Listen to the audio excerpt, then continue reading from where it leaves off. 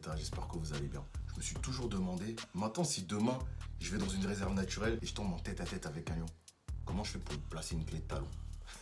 Non, plus sérieusement, comment on fait pour survivre à un lion si on est en croisant dans la nature ou en descendant au supermarché du coin à aller chercher une HK bien fraîche?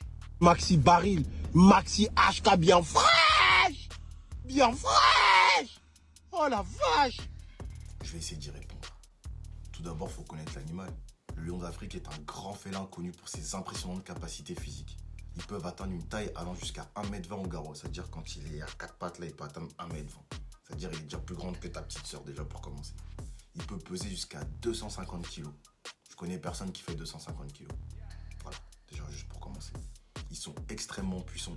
Ils peuvent tirer des poids bien plus lourds qu'eux comme des girafes et des buffles d'Afrique. C'est des animaux énormes. Et il a la force de 6 hommes, pas un homme.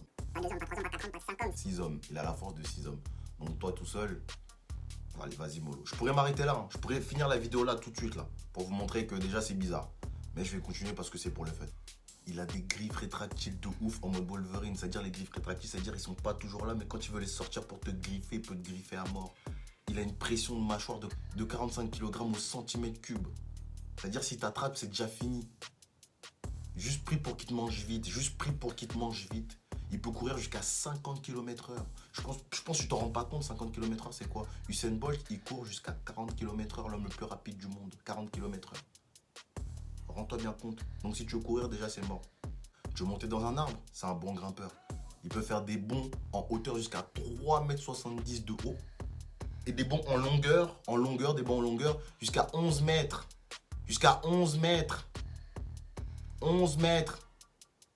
En fait, si t'es près de lui, t'es déjà dans son extension de territoire, c'est déjà fini en fait. C'est déjà terminé. Sache-le déjà.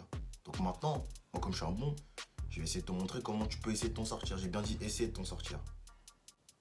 Donc règle numéro 1, ne pas courir déjà. Ça va réveiller ses instincts de prédation. C'est-à-dire si tu commences à courir, il va te voir comme une proie. Il va te courir après, c'est aussi simple que ça. Comme les chiens, quand tu les vois dans les parcs, tu commences à courir parce que t'as chaud d'eux, ils vont commencer à te courser. Ça déjà c'est mort, ne cours pas, il va te rattraper 50 km/h, t'es mort. Évite le contact visuel, tu le regardes pas dans les yeux. Tu le regardes pas dans les yeux, tu baisses la tête. Sinon il va prendre ça comme un défi, il va prendre ça comme un manque de respect. C'est le roi de la jungle, c'est le roi de la savane. T'es dans sa zone, t'es dans sa zone. Donc quand tu le vois, tu baisses les yeux. Voilà. Sinon il va prendre ça comme une provoque. Ensuite tu recules lentement, toujours avec la tête baissée comme une victime. Mais tu gardes un œil sur lui, tu vois. Parce que si tu gardes pas un œil sur lui, c'est des petits filous, ils vont essayer de, tu vois, de faire des coups en traître. Et oui, et tu lui tournes jamais le dos, sinon il va te griffer le dos. Si tu te mets dos à lui, il va te griffer le dos. Et crie pas comme une victime, sinon ça va l'énerver et il va te sauter dessus aussi. Après, si t'es chaud, tu peux le prendre en grappling. Mais voilà, t'es pas Khabib, voilà. Donc bizarre. C'est comme tu veux. Mais je pense pas que tu vas gagner.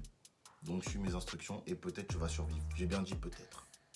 Ce que tu peux faire si tu as un bâton à portée de main, si tu arrives à attraper quelque chose, c'est de créer la distance entre toi et lui, t'as vu? Essayer de le... Hein? Mais ça, c'est juste en attendant qu'il y ait les secours qui arrivent. Parce que en vrai, tu vas pas avoir un lion avec un bâton. Après, je sais pas, peut-être que ça arrivait, mais pas à toi, mec. Ne joue pas les héros. Ça, c'est juste en attendant que les secours ils arrivent. Mais en résumé, le lion d'Afrique, c'est un prédateur redoutable, doté de capacités physiques impressionnantes qui lui permettent de survivre et de prospérer dans son environnement naturel, qui n'est pas ton environnement. Ce n'est pas chez toi, tu ne fais pas ce que tu veux dans la nature. Donc il faut le respecter, surtout qu'il en reste très peu en liberté dans la nature. Pour pas que ce genre de choses arrive, il est recommandé de se renseigner sur le comportement à adopter en cas de rencontre avec un lion dans la région où vous vous trouvez. C'est tout pour moi, j'espère que j'aurai pu vous aider à survivre. La formation elle n'est pas remboursée, donc si vous perdez face à un lion, c'est pas moi. Ciao.